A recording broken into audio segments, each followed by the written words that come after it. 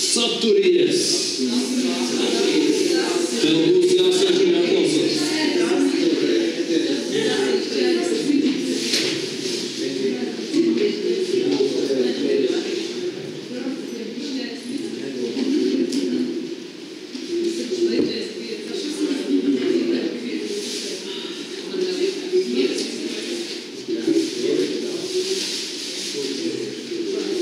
Vai kāds vēl ir šeit?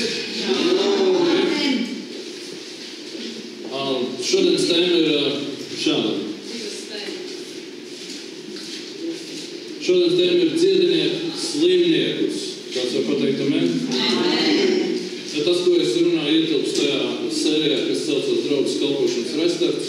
Tas nozīmē, ka mums steidzīgi ir vajag, steidzīgi nepieciešams pārmaiņas visā, kā mēs lietas darām. Un īstenībā tas, ko mēs šodien darījām metrēnā, ir daļa no tā, kas īstenībā ir sācies draudzē. Un es varu derēt, es esmu pārliecināts, ko es arī dzirdēju no jūsu mutēm, ka jūs bijāt patīkami atspirdzināti to darot, vai ne? Bija tā? Kāds var pateikt amen? Amen. Tāpēc, ka mūsu ierastā reakcija būtu tāda, lūk, neatnāc uz cilvēku, lūk, mēs nabaga kristieši. Atcerieties, kā Ilmārs rādīja, kāds izskatās nabaga kristietis, ne? Un tādēļ mums ar Asti Kaistarpē bija jābrauc uz šeit. Bet, draugi, tas bija tas solis, ko īstenībā jāspēr katram kristietim, ka mēs nekad nevienā lietā nepaliekam kaunā. Tāpēc, ka Bībelē rakstīts, ka mēs esam vairāk kā kas? Uzvarētāji. Tā spēkā, kas mūs dara stiprus, ok? Aleluja, dažādi blakus droši, bet atcerieties, dziediniet slimniekus. Tā saucās šīs dienas tēmas. Un tas ietilps tajā visā, ko es esmu iesācis šeit runāt, draugi, un pirmais, ko es gribu atzīmēt, ir tas, ka mums ir jāredz, kāds ir Jēzus, jo mēs esam kas? Vai mēs esam kristieši, tie, kas esam iesvētīti un ko tur izdarīt tikai tāpēc esam kristieši, vai kas mēs esam? Mēs esam mācekļi. Draugi, tā ir milzīga atšķirība, jo jūs cilvēkiem prasītu, kas tu esi, cilvēks teiktu, es esmu kristietis. Ar to jūs domājat, ar to cilvēks domā, ka viņam uz mašīnas ir ziltiņi, piemēram. Viņš ar to domā, ka varbūt viņš ir iesvētīts kristīts vai vienreiz gadā apmeklē baznīcu. Draugi, vārdam kristietis drīzāk ir negatīva pieskaņa. Tāpēc, cik vien iespējams lietos ir vārdu māceklis, tāpēc, ka māceklis izsaka labāk to jēgu, kas mēs esam. Un tā kā mums ir jāzina, ko mūsu meistars mums ir mācījis, tad jums ātri padomāsim par to, kāds varētu būt Jēzus CV. Jūs zināt, kas ir CV? Curri, culum, vitāja, kā tur bija? Ja? Kaut kā tā? Bija tas latīniski, ja? Tas nozīmē, CV nozīmē tas tavas dzīves revīzija, tavas dzīves atskats, tavas dzīves novērtējums vai īsts kopsavilkums. Tātad Jēzus CV varētu būt tāds, ja jūs domājat, kādā skolā viņš gājis, viņš ir mācījies Svētā gara universitātē, viņš ir darījis to un to, bet viņa darba vieta, draugi, vienmēr ir bijusi Dieva valstība. Un ko Jēzus darīja? Jēzus darīja principā 3 lietas. Ja jūs lasat Bībelē, viņš darīja tikai 3 lietas. Viņš gāja apkārt mācīdams, sludinādams, dziedinādams slimos un izdzīdams ļaunos garus, sludinādams Dieva valstību un dziedinādams cilvēkus. Ja es nelasīšu rakstos, lai jums to pierādītu, bet noteikti paši varat izlasīt un redzēt, ka viņš neko citu nedarīja. Viņš sludināja, viņš mācīja, viņš dziedināja, viņš izdzina dēmonus. Un tas ir viņas CV, un viņš nedarīja vairāk neko. Tas ir tas, ko viņš bija aicināts darīt, un viņš arī tika izsūtīts darīt. Bet no Mateja evaņģēlija gribu izlasīt jums 10. nodaļas vienu lietu, ko jau mēs esam pieskārušies. Ko tad viņš darīja? Kā viņš to darīja? Ko viņš mums lika darīt? Tad pirmkārt, dziedināšana, kā Jēzus pavēla. Viņš pats to darīja. Viņš dziedināja cilvēkus, bet viņš lika to darīt arī mums. Tātad pirmais, dziedināšana, kā Jēzus pavēla. Tātad 10. nodaļā Mateja evaņģēlijā izlasīsim 1., 5., 7., 8. pantu. Un pieaicinājis savus 12 mācekļus, viņš tiem deva varu pār nešķīstiem gariem un izdzīt un dziedināt visas sērgas un slimības. Tālāk 5. pantu. Šos 12 Jēzus izsūtīja, tiem pavēlēja un sacīja, nenoiet uz pagānu ceļu un neiet samariešu pilsētā. Tālāk 7. pants viņš saka, 7. pantā viņš saka šādus vārdus. Bet ejot sludiniet un sakiet, debesu valstība ir tuvu klāt pienākus, dziediniet slimos, šķīstiet pītālīgos, uzmodināt mirušos, izdzeniet ļaunus garus. Tātad Jēzus pavēla, tas ir tas, ko viņš reiz jau ir izdarījis. Draugi, mums vienkārši jāizmēr savu domāšanu, kā viņa mācīja mācekļiem. Mums ir jāizmanto savu domāšanu, nevis to attiecinot uz vēsturisku laiku, kad Jēzus dzīvoja, nevis uz to laiku, kad kaut kādi 12 mistiski mācekļi, apustuļi baltos kalātos ap viņu pulcējās. Draugi, tā ir Jēzus pavēle visos laikos, tā ir Jēzus pavēle viņa mācekļiem. Šis ir tas, ko viņš ir atstājis mums darīt. Un šajā pavēlē ietilps slimo dziedināšanu. Principā, draugi, es varu teikt tā, ka jūs lasīt Bībeli, jūs redzat, ka viņš vispirms dziedināja un tad mācīja. Bija gadījumi, kad viņš mācīja un sludināja un tad dziedināja cilvēku. Bet ļoti bieži viņš sāka savu sludināšanu, savu uzstāšanos. Gluži tāpat arī 20. gadsimta vidū darīja Smits Vigulsvorts. Zināt, kā viņš sāka savus evanģelizācijas sapulces? Viņš neteica, tu grēcinieks atgriezies pie Dieva. Viņš teica tā, Jēzus Kristus savu sludināšanu iesāk ar paraugu brīnumu, tāpēc ik viens, kas šobrīd pacels roku, tiks dziedināts no viņa slimības, lai arī kāda tā būtu. Lūk, tā bija ticība. Un tā arī notika. Tiklīdz cilvēki pacēla roku, viņi momentā caur rokas pacelšanu tika dziedināti. Saprotiet, tas ir ticības solis, tas ir ticība darbībā, un tas ir tas, ko vienkārši viens Dieva vīrs atkārtoja, ko Jēzus īstenībā ir pavēlies darīt katram no mums. Tātad Jēzus iesāk savu darbību, iesāk savu, kalpošanu ar to, ka viņš dziedināja slimus. Viņš, kā jau es teicu vienā svētdienā, bez maksas jūs esat saņēmuši, bez maksas ko? Dodiet. Tas nozīmē, ka varbūt tas piemērs arī, ko es minēju, ka bija 10 spitālīgie, tikai viens atgriezās, lai viņam pateiktas. Tas nozīmē, ka Dievs liek savai saulē spīdēt par ļauniem un labiem. Dievs liek lietumu līt par taisnību un netaisnību. Tas nozīmē, ka arī mums ir šī mentalitāte jāpārņem, ka mēs ejam pie cilvēkiem neprasot, vai tu krupi tāds, teikšu tā, atgriezīsies pie Dieva vai ne. Jēzus vispirms dod, Jēzus vispirms demonstrē Dieva valstību, viņš vispirms rāda Dieva mīlestību, un tad viņš arī sludina, un tā rezultātā cilvēki kļūst par kristiešiem, cilvēki atgriežas pie Dieva. Bet vispirms tātad viņa pavēle ir dziedināšana. Dziediniet slimus, viņš saka. Mums šo vienkārši vajag satvert tādā veidā, ka mēs to saturam kā pavēli, mēs to saturam kā tādu absolūtu lietu, nešķirkojot, nevērojot sevi, savu dzīvumu, savu vecumu, savas sajūtas, bieži vien cilvēki iekrīt uz to, kad cilvēki saka, man nepietiek izglītības, es tik vēl īsu laiku esmu kristietis vai vēl kaut ko. Draugi, šī ir absolūta pavēle, kas piepildās tad, kad viņu sāk izpildīt. Tātad pirmkārt dziedināšana ir Jēzus pavēle. Jēzus pavēle ir dziedināt slimos. Nekad jūs neredzēsiet, ka viņš būtu darījis kaut ko citu. Ka viņam būtu bijis tāds evaņģēlijs, kurā viņš kādam cilvēkam būtu teicis, tavu slimību ir par smagu, vai tu pārāk daudz esi grēkojis, vai tev jāpiedod visiem saviem kaimiņiem, un tikai tad es tevi dziedināšu. Ja jūs redzēsiet Bībelē, ko viņš darīja, viņš vienkārši dziedināja slimos. Viņš dziedināja slimos, neprasot viņiem, kāda būs reakcija, un viņš vienkārši deva. Viņš ir mīlestība. Dievs ir mīlestība, un tāpēc arī Jēzus atspoguļo šo mīlestību. Pirmkārt, tā ir Jēzus pavēle, otrkārt, tā ir Jēzus vēlēšanās. Draugi, izlasīsim, kas rakstīts Lūkas evaņģēlijā rakstvieta, ko mēs pagājušā svētdienā ņemam, bet gribu jums vēl atgādināt, kas ir rakstīts 2. pantā, 10. nodaļā, 2. pantā. Un mēs lasām to pašu situāciju, ka viņš izsūta mācekļi, ka viņš saka, ejiet un dziediniet, ejiet, dariet to un to un to, bet kāpēc viņš to dara? Un šeit 2. pantā rakstīts, un viņš tiem sacīja, pļaujamā daudz un strādnieku maz. Tad lūdziet pļaujas kungu, lai viņš strādnieks sūta savā pļaujā. Un tad, kad es lasīju šo pantu, es pēkšņi ieraudzīju to, kas man tur bijis, varbūt gadiem ilgi apslēpts, ka īstenībā šis pļaujamā daudz un pļauja maz, tajā ir iekļauts arī šis dziedināšanas apsolījums, ka vienkārši viņš netika galā ar to darbu, kas viņam nāca priekšā, ka tik daudz bija slimu cilvēku, ka tik daudz bija nomāktu cilvēku. Un ja jūs šodien paskatieties apkārt, draugi, pilns ir ar slimiem, nomāktiem, depresīviem, apsēstiem, demonizētiem, patiešām veselīgiem cilvēkiem. Māsas pusstundu, varbūt stundu pastaigā pa metriem, viņas jau satika, ka tu nomāktus cilvēkus, šķīrušos cilvēkus, slimus cilvēkus. Draugi, tādi cilvēki ir visapkārt mums, un tas ir vienkārši tā pati situācija atkārtojas. Un ja Jēzus saka, ka pļaujamā ir daudz, tad tam ir nozīme tāda, ka tajā ietilps arī slimie cilvēki, kuriem ir nepieciešama dziedināšana. Un slimie cilvēki tiks dziedināti tad, kad būs pietiekams daudzums mācekļu, kas izies darīt to darbu, ko Jēzus iesāka darīt, bet ko viņš viens pats noteikti nespēja padarīt.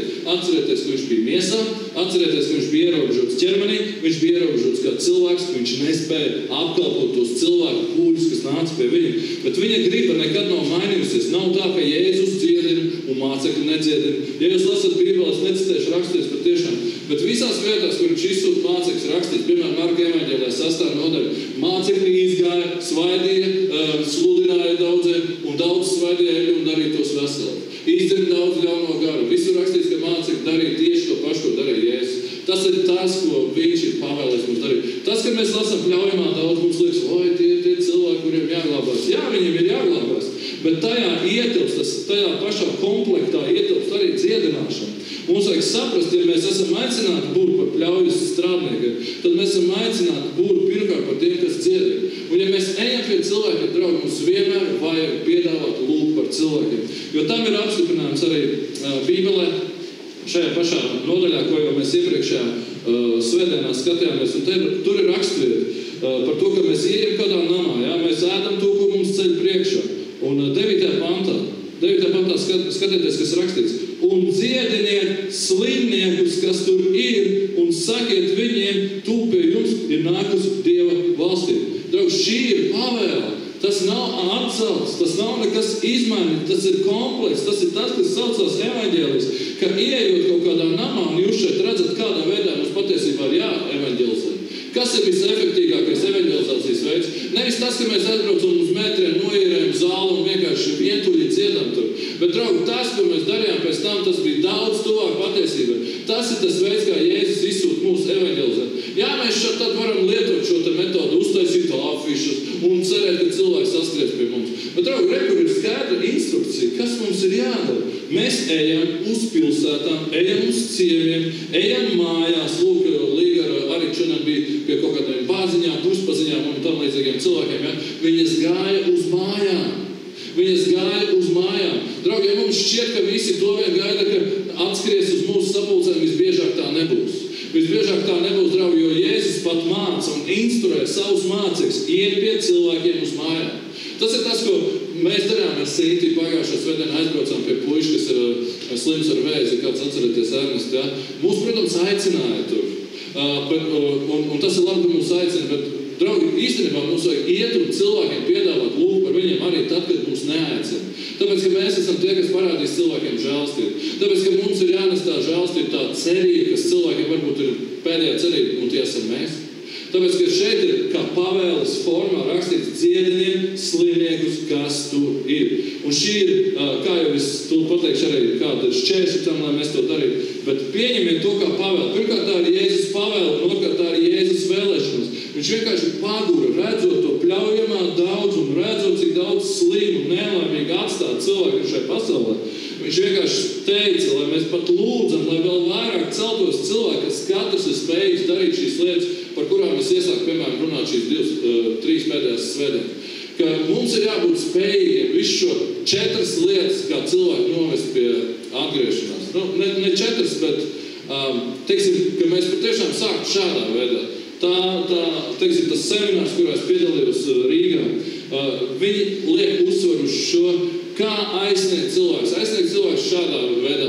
Varbūt kādam tas liekas naivi, varbūt kādam liekas nepieņemam, bet viņi dara tā, varbūt iziet uz ielas, un dažreiz tas paiet laiks, kamēr viņi atrod cilvēku, bet viņi jautā cilvēkiem, atvainojiet, vai jums kaut kas nesāk? Un visbiežāk cilvēki ir aizkustināti un kustināti, kāds par viņiem interesē. Un visbiežāk, ļoti retos gadījumos, nē, bet visbiežāk cilvēki ļauj, lai par viņiem lūdz. Un ko viņi dara? Viņi lūdz ātras un efektīvas lūgšanas. Un cilvēki ir pārsteigti. Cilvēki ir vienkārši šokēti. Es esmu redzējis video, kā šī kustība Zviedrijā darbojās. Meiteni iet ar kruķiem. Viņi satiek viņu lielveikalā. Lielveikala ir tās vietas, kur vajag lūgt par cilvēkiem. Ieiet un meiteni nomet kruķus un viņš pārsteigt vienkārši spiedz un nesaprot, kas tas ir. Pat šajos videos, normāli pusauģu uz ielas arī tiek dziedināti un, protams, viņi saka, what the un tam līdzīgs vārds, protams, tur ir pīskaņi un tā tālāk, bet viņi nesaprot, kas notiek. Jā, cilvēki vienkārši jūt, ka sāpes aiziet. Un tādā veidā cilvēki tiek uzrunāti, viņiem tiek pievērsta uzmanība, un viņi sāk interesēties. Un tad tikai šie cilvēki saka, mēs esam kristieši, un mēs lūdzam par slimiem cilvēkiem Jēzus Kristus vārdā. Tas ir tas veids, kā viņi kalpo cilvēkiem. Un ja tā paskatās, draugi, tas ir tas, ko Bībelē darīja Jēzus. Viņš nevis vispirms, tā kā es to darīju, labāk neiešu tās detaļās. Bet tā kā mēs dažreiz baidamies no cilvēkiem, vai esam pārāk svēti, lai viņiem tuvotos, ja? Tas nav tas, ko darīja Jēzus. Jēzus gāja pie visiem grēciniekiem, tusē ar viņiem. Un, protams, tev jābūt tik iekšēji stipram, ka tu neaizies uz kādām viesībām un nepiedziedies tu līdz ar viņiem. Tu esi tas, kurš nes gaismu, bet mēs noteikti nebaidamies no cilvēkiem. Mums ir jāiet pie cilvēkiem, mums ir jālūdz, ir ceļš par slimiem cilvēkiem jālūdz. Jo es ticu, ka ik viens, kuram ir kaut kādas nopietnas problēmas vai kaut vai sāpes, viņš ļaus par sevi lūgt. Un kā jau es teicu, ja tā padomā, tas ir tas, ko darīja Jēzus. Viņš vispirms dziedināja, tie bija paraugu brīnumi, tas pievērsa cilvēku uzmanību, un tas lika viņiem klausīties arī tajā mācībā, ko viņš pasniedz tālāk. Mums parasti ir otrādāk, mums ir tikai mācība un nav nekādas darbības.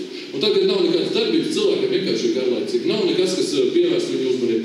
Visbiežāk cilvēki tad iesaistās diskusijā un sāk strīdēties. Kas tu esi katolis, vai tu esi jehovists, un kāpēc tā, Draugi, ja cilvēks saņem Dieva spēku pieskārienu, viņam trūkst argumentu stāvēt to pretī. Viņš jūt, kā svētais gars ieiet viņu ķermeni un viņu dziedina. Un tas ir tas galvenais arguments, ka Jēzus Kristus ir dzīvs un ka viņš vēl ar vienu dziedina. Un ar to mums vajag sākt braukt, tāpēc, ka šī ir pavēle dziedinieki, slimnieks, kas tur ir. Tātad šeit ir rakstīts, ka visefektīgākais evangelizācijas veids ir iet pie cilvēkiem uz mājām. Atcerieties to. Ja mēs gaidām, ka cilvēki nāks pie mums, mums ir jāiet pie viņiem. Un tur ir jāizmanās mūsu domāšanām. Tur ir absolūti jāizmanās mūsu domāšanām, tad tas sāks notikt. Parunāsim par to, kas ir māceklība, kāds ir šis te māceklības princips. Pirmkārt, Jēzus saka, ka māceklis ir tas, kurš mācās no savu meistaru. Ja? Māceklis mācās no savu meistaru, un Mateja evaņģēlijā rakstīts, ka māceklis ar laiku kļūst līdzīgs savam meistaram. Tā ir tāda viena patiesība, ko Jēzus uzsver. Ka viņa mācekļi mācījās no viņa, skatījās no viņa un darīja to, ko viņš darīja. Un, draugi, tas ir tas, ko mums jāmācās šeit darīt. Mums ir jāskatās, kā Jēzus darīja lietas, un mums jākļūst līdzīgam viņam. Mums ir jāsaprot, ka tas ir process, kurā mēs kļūstam līdzīgi savam meistaram. Un ja šis ir, kaut vai tu izprot, kas ir māceklis, tad tu sapratīsi, ka tavs draudzē sēdēšanas nodoms ir tāds, ka tu sāktu darīt to, ko darīja Jēzus, ka nav citas jēgas draudzē, ka nav citas jēgas dzirdēt Dievu vārdu, ja mēs nedaram to, kas tur ir rakstīts. Un jēga ir tāda, ka mēs kļūstam līdzīgi viņam, jo viņš arī teica, atcerieties, ja, ka viņš teica, ka jūs darīsiet tās lietas, kuras es darīju, un vēl lielāks par tām darīsiet. Un Mateja evaņģēlijā es gribu izlasīt 17. nodaļā. Aleluja! Es gribu izlasīt kādu situāciju. Un mēs zinām, ka tas ir Aleluja! Tūlīt atradīšu. Kērā babagā šiera basara. Nē, tas nebūs tas. Kurā babagā šikērā basara. Ok, tūlīt atradīšu. Mateja evaņģēlijā. 17. nodaļa, no 14. pantā. Izlasīsim. Te bija tāds pārbaudījums. Skatieties situāciju, ja? Viņš ir meistars. Viņš ir darbojies ar šiem 12 cilvēkiem gandrīz 3 gadus jau. Tātad viņš ir rādījis un demonstrējis, kā viņš dziedina cilvēks, kā viņš izcen demons, kā viņš atdzīvina pat mirušus cilvēkus, kā viņš sludina, kā viņš dara brīnums ar maizēm, ar visādām fiziskām lietām, ar vīnu un tā tālāk. Un te ir tāda situācija, izlasīsim no 14. panta līdz 21. Un, kad tie aizgāja pie ļaudīm, pie viņa atnāca viens cilvēks. Tātad Jēzus ar dažiem mācekļiem bija atdalījies, pārējie bija palikuši kopā ar tautu, kopā ar pūli. Pie viņa atnāca viens cilvēks, metās viņu priekšā ceļos un sacīja: Kungs, apžēlojies par manu dēlu, viņš ir mēnesis sēdzīgs, un viņam daudz jācieš, jo viņš bieži krīt ugunī un bieži ūdenī. Un es to atvedu pie taviem mācekļiem, bet tie viņi nevarēja dziedināt. Bet Jēzus atbildēja un sacīja: Ak, tu neticīgā un samētātā cilts, cik ilgi es vēl būšu pie jums. Draugi, tātad šī ir situācija, ko es mazliet pieminēju jau vienā sprediķī. Šī ir situācija, kas raksturo to, kas mēs esam Jēzus priekšā, ka mūsu funkcija ir kļūt līdzīgam viņam. Mūsu funkcija ir apgūt konkrētas prasmes. Mūsu funkcija ir apgūt konkrētas iemesls, lai mēs darītu konkrētas darbības. Un šī situācija raksturo, ka meistars māca mācekļus, un meistaram ir jāapgūt, un mācekļam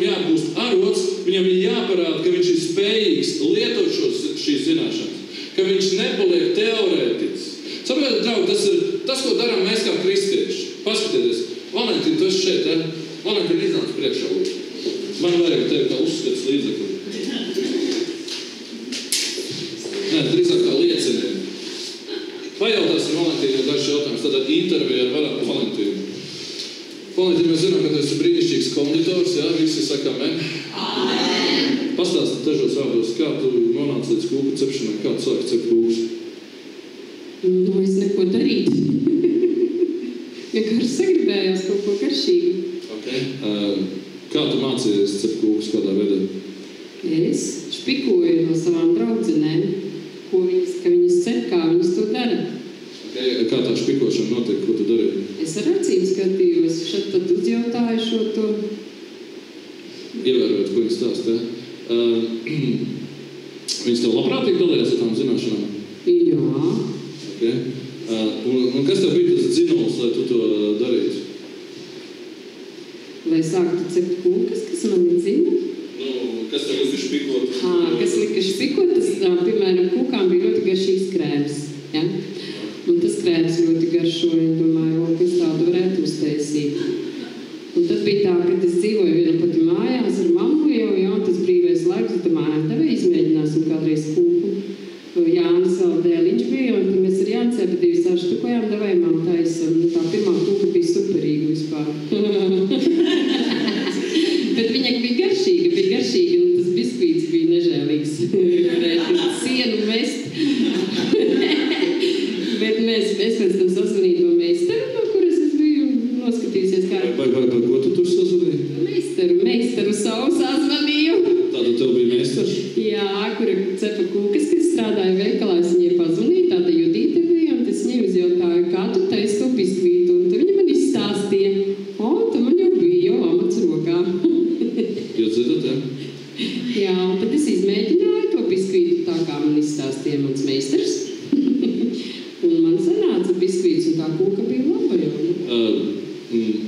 Vai būtu, teiksim, tas tev liksies varbūt smieklīgi, bet ja tu būtu tikai skatījusies krājas zināšanas un visu laiku pie sevis runājis, es vēl neesmu gatavs cept šo kūku, es neesmu par sevi pārliecināts, man svīst plauks, kad es domāju par kūku cepšanu. Vai tu kādreiz būtu uzcepus vēl vienu kūku?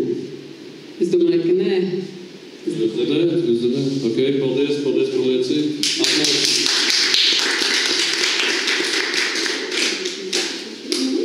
Draugi, tas bija piemērs, es ceru, ka jūs saprotiet.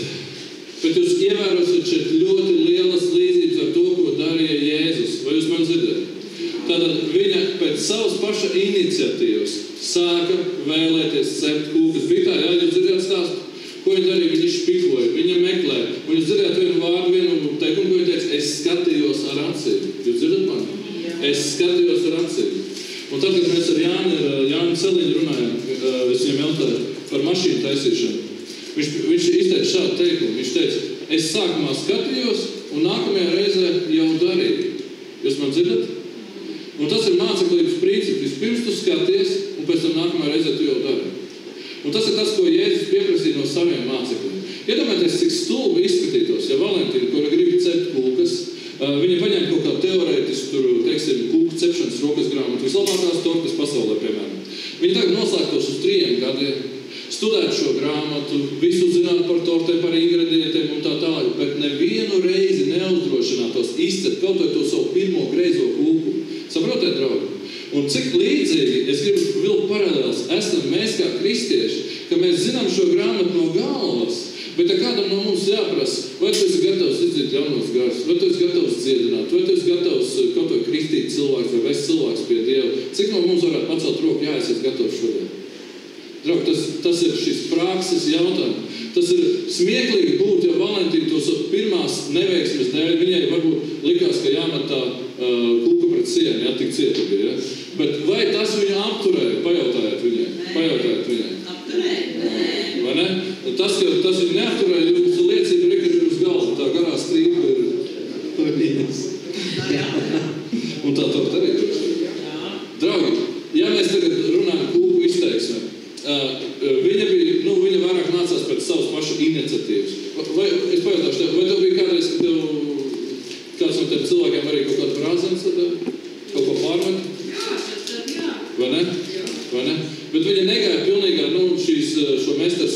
tāpēc varbūt viņai mazliet izpalika šis moments. Bet, draugi, ja mēs redzam sevi kā Kristus mācekļus, skatieties šeit. Mums ir jāsāk darīt tās lietas, kuras mums pienākās darīt. Un šīs lietas, par kurām šeit ir rakstīts, šie cilvēki bija spējīgi darīt šīs lietas, viņiem bija labie 2 gadi ticībā. Un viņi staigā tieši kopā ar kungu Jēzu Kristu un vēroja viņu darbībā. Un pēc viņu garīgā vecuma viņiem bija jābūt spējīgiem jau šo situāciju atrisināt. Teiksim tā, viņiem bija jābūt spējīgiem savu pirmo kūku izcelt. Bet kā izskatītos, ja Valentīna tā vietā, lai ceptu kūkas, viņa teikt, man nepatīk ņemties ar tām kārtām, es tagad ņemšu tos tikai ar krēmiņiem niekošos. Gaidīšu, ka kāds uzceps kūku, un es atnākšu ar savu uzspiedīšu krēmi viņu virsū.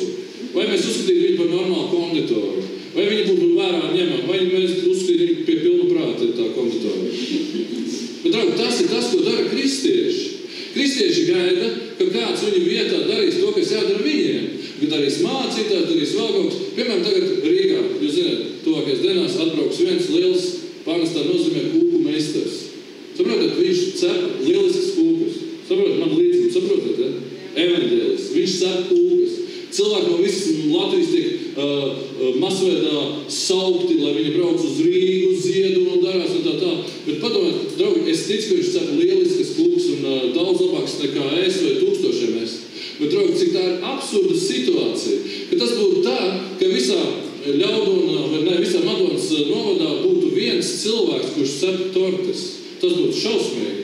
Tas būtu šausmīgi, ka tagad visā Latvijā, piemēram, būtu tikai viens toršu cepējs.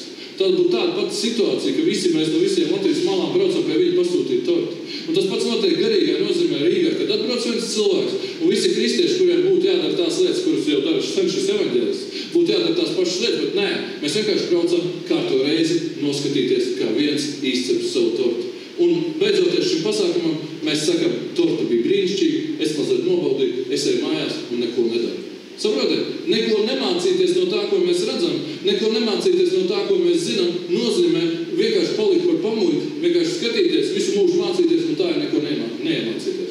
Bet ja mēs saprotam, ka būt draudzē nozīmē mācīties no Jēzus, mācīties darīt kaut kādas lietas, kuras viņš darīja, tad mēs patiešām būsim kā tāda klase, kurā mēs visi sacenšamies tajā, atkal pārnestā nozīmē, lai mūsu kūka patiešām izdotos, mēs katrs cepsim savus kūkas, un mēs katrs pēc tam būsim lielies ar to, kas esam uzcepuši.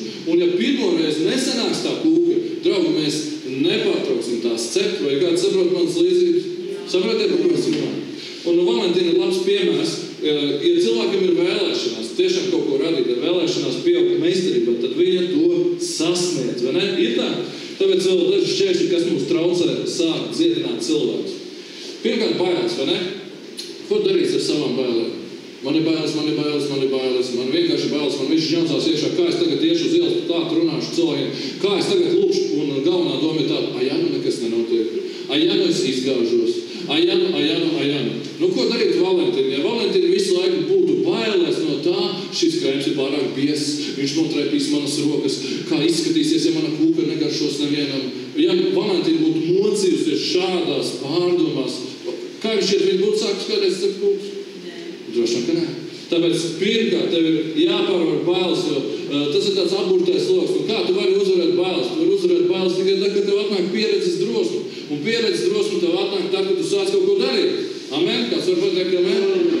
Un šīs bailes noteikti nav no Dieva, tās ir Sātana instruments, ar kurām Sātans manipulē. Kas vēl šaubas, tas ir līdzīgs, jā? Avots ir līdzīgs, tas nāk no velna. Tu sāc šaubīties, vai tas tā ir, vai tā ir Dieva grība, vai es to varu, vai Dievs to grib.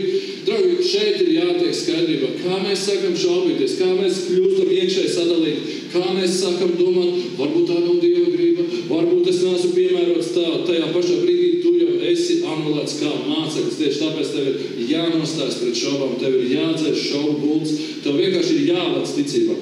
Kas vēl varētu būt?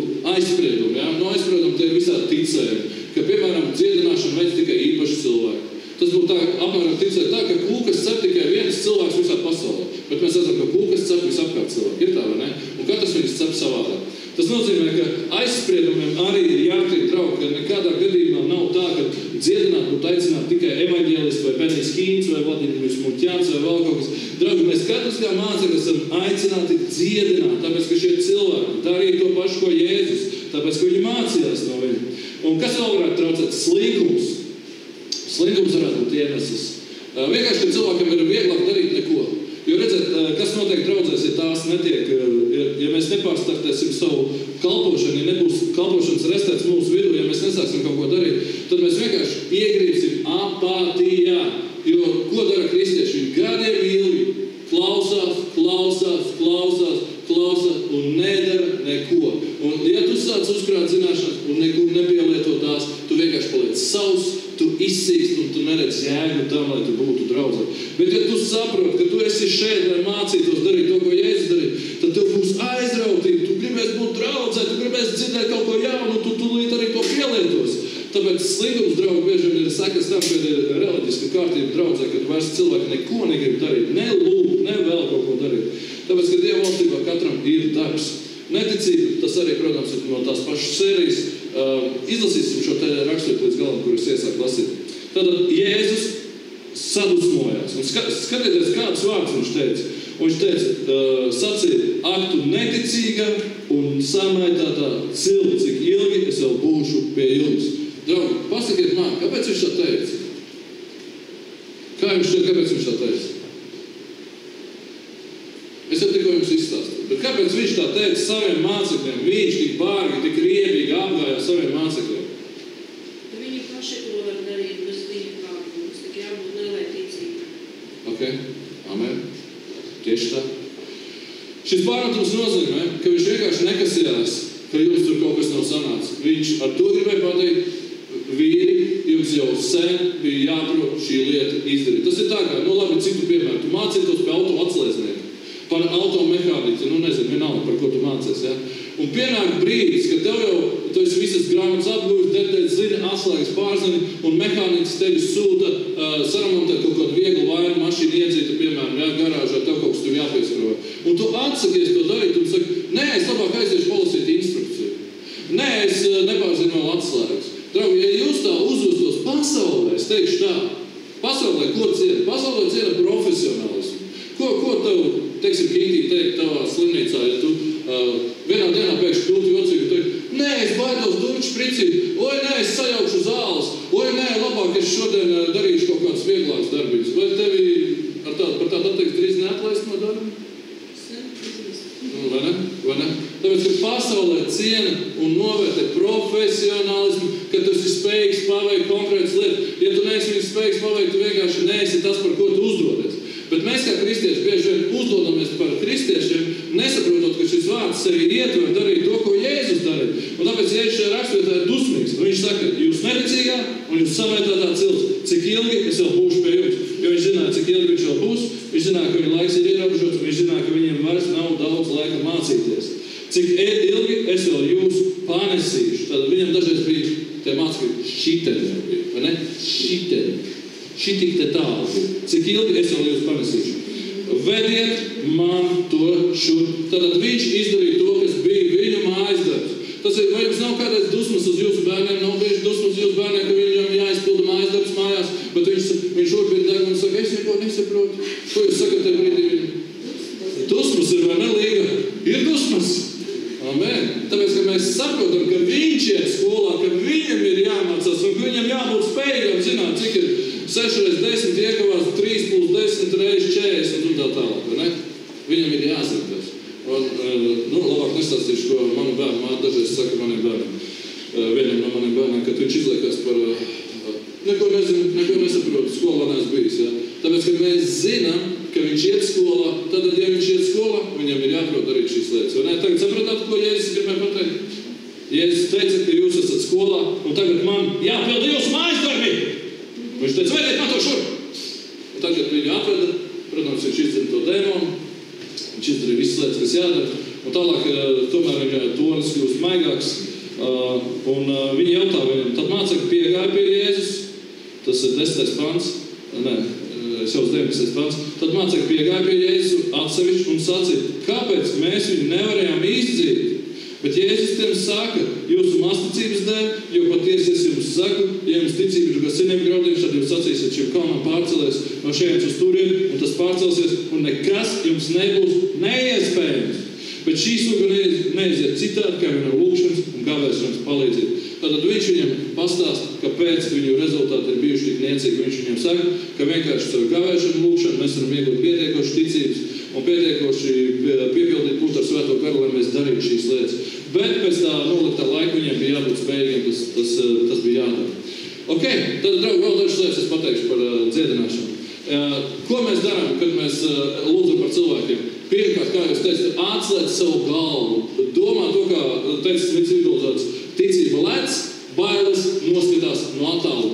Līdz, ka tu sāksi štūkot, līdz, ka tu sāksi analizēt. Ja nu nenotiek, ja nu šī slimība ir no Dieva, varbūt Dievs šim cilvēkam ir kaut ko iemācīt, varbūt viņš kaut kādā nepiedošanā staigā. Un ja jūs sāksiet analizēt, jūs pazaudēsiet savu ticību.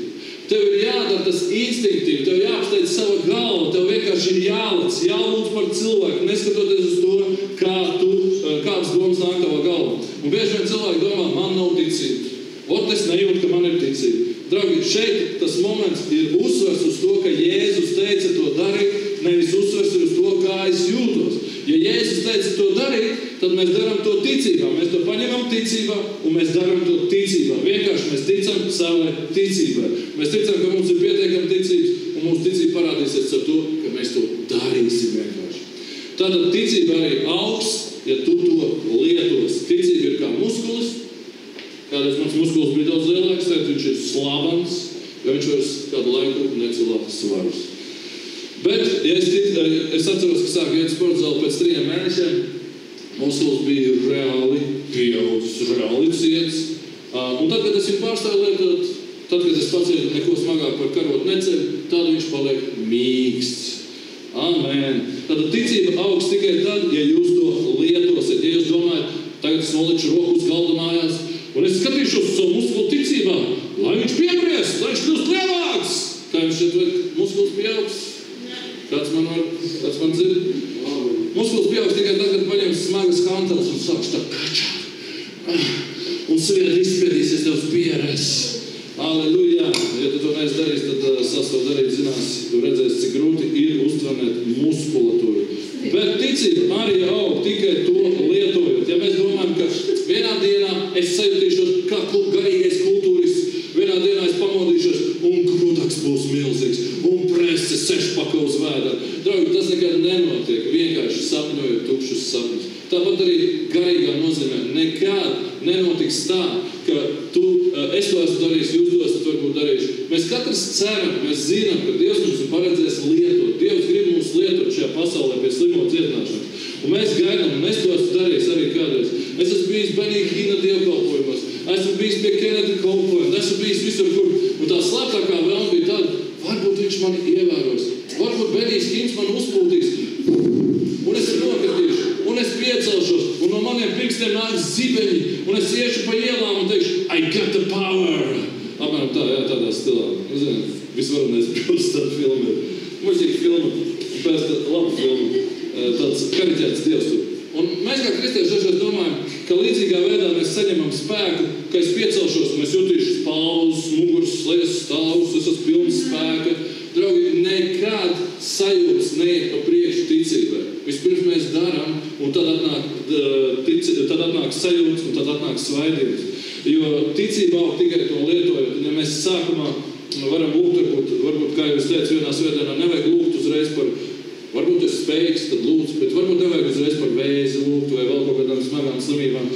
Palūdz par iesnām savam kaimiņam vai savam dēlam vai savam vēl kādam tuvam cilvēkam. Ticība aug to lietojot. Un šis princips, dodot ārā, tu saņem. Tas nozīmē, ka ja mēs gaidīsim tikai to brīdi, kad es sajutīšu skudriņu, es skrienam pār kaulēm, kad Benijs Hins vai Vladimirs Muļķans man ekrānā paskatīsies uz mani, norādīs ar pirkstu un teiks, Ilmār, ja тебе веселаю на проповедь. Ilmārs nokrīt pie televizora. Diez vai tā notiks, draugi. Diez vai tā notiks. Mēs kā mācekļi varam satvert ticībā šo vārdu un vienkārši iet un saprast, ka tad, kad mēs dodam ārā, mēs saņemam nepieciešamo svaidību, kas šīs lietas piepildīs. Atcerieties, tie izgāja, mācīja visās malās, un tas kungs tiem darbā palīdzēja, un vārdu apstiprināja līdzējošām zīmēm. Aleluja! Un Jēzus teica arī, ka bez maksas mēs esam saņēmuši, bez maksas dodot. Tas nozīmē, ka mēs izejam un dodam cilvēkiem to, kas nav atkarīgs no mums. Tas nav atkarīgs no tava rakstura, tas nav atkarīgs no tavas dievbības, tas nav atkarīgs no tava vecuma, tas nav atkarīgs vēl no daudziem faktoriem. Tas ir atkarīgs tikai no tā, ka tā ir Jēzus pavēlē, vai kāds var pateikt amen. Tev vienkārši ir jāiziet un jāsāk tas darīt. Saprotiet, tas seminārs, kurā es biju, tas saucās kickstarting, es jau jums stāstīju par to. Notiek kaut kas ar cilvēku, kad viņu izved uz ielas, tas meistars, kas viņu māca, izved cilvēku uz ielas, atrod kādu, kuram ir slimība, un saka, viņa vadībā šis cilvēks tā kā lūdz par šo cilvēku. Principā viņš lūdz pats, bet viņš ir iedrošināts ar to, ka viņam blakus ir šis cilvēks, kuram ir pieredze. Un tad, kad šis cilvēks ir blakus, tas lūdzējs tā kā paļaujās uz to, ka šī cilvēka klātbūtne ir. Bet principā lūdz jau viņš, un viņš piedzīvo tos rezultātus. Un cilvēki Rīgā tikai dziedināt uz ielas. Un šie cilvēki, kas iziet šo kickstarting, tas ir šo, īsāk sakot, pendeli pa divam dabū, tad viņi ir tā kā motivēti paši sāk to darīt. Un ticiet vai nē, draugi, man agrāk noteikti nebija ļoti viegli iet uz ielas klāt pie cilvēkiem. Bet šodien kādam par to metrēnu staigāju un satiekot 5 cilvēkus, 5 cilvēku 12 rindās tur atrodam, ja? Satiekot šos dažus cilvēkus, es nejūtu nekādu problēmu sākt ar viņiem runāt. Un tas ir katram varbūt savu mentalitāti un savas emocijas, ja? Varbūt jūs baidaties un tā tālāk. Bet es varu teikt, ka līdz, ko tu vienreiz to izdarīsi, tev nākošais jau būs vieglums to darīt. Saprotiet? Tas, kas mūs notur tajā nožēlumā pozīcijā, ka es nevaru, es baidos, es neiešu, tas ir vēlns un tie ir vēlna meli, mums vienkārši jāsāk tas darīt. Jo tad, kad tev ir, tas nav atkarīgs no tevis, kā jūs teicat. Tas ir tas, ko Jēzus tev ir teicis, tad tu dod cilvēkiem. Un vēl dažas rekomendācijas, kā mums lūk par cilvēkiem. Pirmkārt jālūdz ticībā. Ja? Tev jālūdz ticībā, kā jūs teicu, skrien ātrāk par savām domām. Vienkārši dari kaut ko, pirms tu esi sācis štukot, analizēt un baidīties. Ja? Sāc darīt kaut ko. Pieeja pie cilvēks saka, ja tev kaut kas slāp, es par tevi lūkšu. Un neļauj nekam atturēt sevi. Uzliec viņam rokas un sāc lūgt par cilvēku. Vienkārši lūdz ticībā, tici, ka notiks tas, ko tu dari. Vienkārši tici, vienkārši saki, bailes prom no manis, vācieties projām visas bailes no manis, es ticu savam Dievam un es ticu, ka es izpildu Jēzus pavēli. Vienalga, kā tu to noformulē, lūdz ticībā. Otrais, ko es varu pateikt, lūdz īsi. Draugi, mums nevajag apvaldīties lūgšanās. Lūgšanas to rezultātu nenosaka tas, ka mēs tagad, teiksim, puķēnā valodā, visu varenais Dievs, ja vien tā ir tava debesšķīgā grība, tad sūti savu providences garu pār mani, lai šajā brīdī šis nelaimīgais cilvēks tiek dziedināts visām savām neskaitāmām multiplajām vainām. Aleluja. Nelūdziet tādas lūgšanas. Uzlieciet rokas cilvēkiem, sakiet īsu lūgšanu, tā kā Jēzus to darīja, tā kā mācekļi to darīja. Viņi darīja to pavēles formā, un raksts saka, visu, ko jūs prasīsiet manā vārdā, es darīšu. Tad tu uzliec rokas cilvēkiem un saki, Jēzus Kristus vārdā, lai pazūd sāpes. Jēzus Kristus vārdā, es pavēlu šīm sāpēm pazūst. Jēzus Kristus vārdā, es saku šīm mugurai iztaisnoties. Jēzus Kristus vārdā, es pavēlu kājai izaugt. Jēzus Kristus vārdā, es pavēlu šeit slimībai pazūst. Atcerieties, ka mēs lūdzam Jēzus vārdā, ja? Mēs lūdzam Jēzus Kristus vārdā. Mēs nelūdzam no sevis, mēs nelūdzam no savas galvas, mēs nelūdzam tāpēc, ka mēs esam vīrieši, sievietes, skaisti, neskaisti, briesmoņi, viduvēji, izskatīgi cilvēki, veci, jauni, vēl kaut kā. Mēs lūdzam Jēzus vārdā. Mēs ticam, ka Jēzus vārdā dota mums privileģija atbrīvot cilvēkus. Jo Marka evaņģēlijs saka, manā vārdā tie, ko darīs? Neveseliem tie rokas uzliks, un kas notiks? Jūs veseli. Tiek taps veseli. Kad viņi pacels rokām čūskas, kas viņam notiks? Ja viņi iedzēs nāvīgas zāles, kas viņam notiks? Nekas nenotiks, un tas viss būs tikai vienīgi Jēzus vārdā. Un vēl man lieta, ko es varu pateikt, vajag lūgt atkārtot.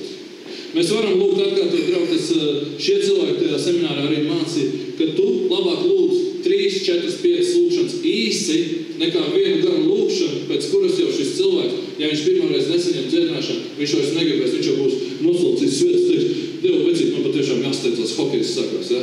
Tāpēc, ja tev lūgšana ilgs 15 minūtes, šis cilvēks nevarēs to izturēt. Es redzēju, kā viņi lūdz, ja? Es varu pateikt, kā viņi lūdz. Uzliek rokas, dažās sekundēs saka, Jēzus Kristus vārdā sāpes pazūdiet. Viņš atkārpjās un saka cilvēkam, pārbaud, kas ar tevi notiek, ja? Dažreiz cilvēkiem bija uzreiz, viņš saka, jā, es tā kā mazāk jūtu. Cilvēks lūdzu otrais vai trešoreiz. Principā viņi rekomendēja, tie, pie kuriem es gāju šo semināru, viņi rekomendēja lūgt līdz 5 reizēm. Un tas ir labāk lūgt 5 īsas lūgšanas nekā vienu garu, pēc kuras tu pats esi nosvīts un cilvēks vairs negrib tevi redzēt. Ja? Tāpēc, ka, ja tu lūdz 5 reizes, es ticu, ka, ja pēc 5. reizes tev nesanāk, ja cilvēks ir vēl viens slims, tas nozīmē, ka tu vari ar cieņu atkāpties, varbūt tas ir bijis kaut kāds tev pazīstams, varbūt uz ielas nepazīstams cilvēks, vienkārši ej prom, aizmirst negatīvo pieredzi. Atceries par Valentīnas kūku. Ko viņa darīt? Ja viņam vienkārši pēc pirmās nepareiz uzturētās kūkas teikt, es esmu neveiksminieks, un Dievs nav ar mani, man ir vajadzīgs speciāls svaidīts, lai es septu kūkas. Nē, ko Valentīna darīja nākošais? Ko viņa darīja nākošais? Viņa vienkārši uzlaboja savas prasmes, viņa vienkārši turpināja cept kūkas. Bija tā, ja? Es pareizi runāju. Vai viņi iegriba visu mūžu nedziedināmos kompleksos un nekad vairs kūkas nav paskatīsies? Draugi, tas ir tas, ko kristieši dara. Vienreiz nesanāk, un mums visiem ir bailes, mums liels bailes, un es tagad jums jautātu, ko jūs varētu pateikt? Es toreiz lūdzu par to cilvēku, viņam nepalika labāk. Acīm redzot, es neesmu paredzēts dziedināšanai. Draugi, mums ir jāmēģina, mums ir jāsāk vienkārši kaut kādas lietas darīt. Vai visi var pateikt amen? Amen. Amen. Halleluja. Un šodien vēl saudzīgais klases darbs, bet drīz vairs nebūs saudzīgi klases darbi.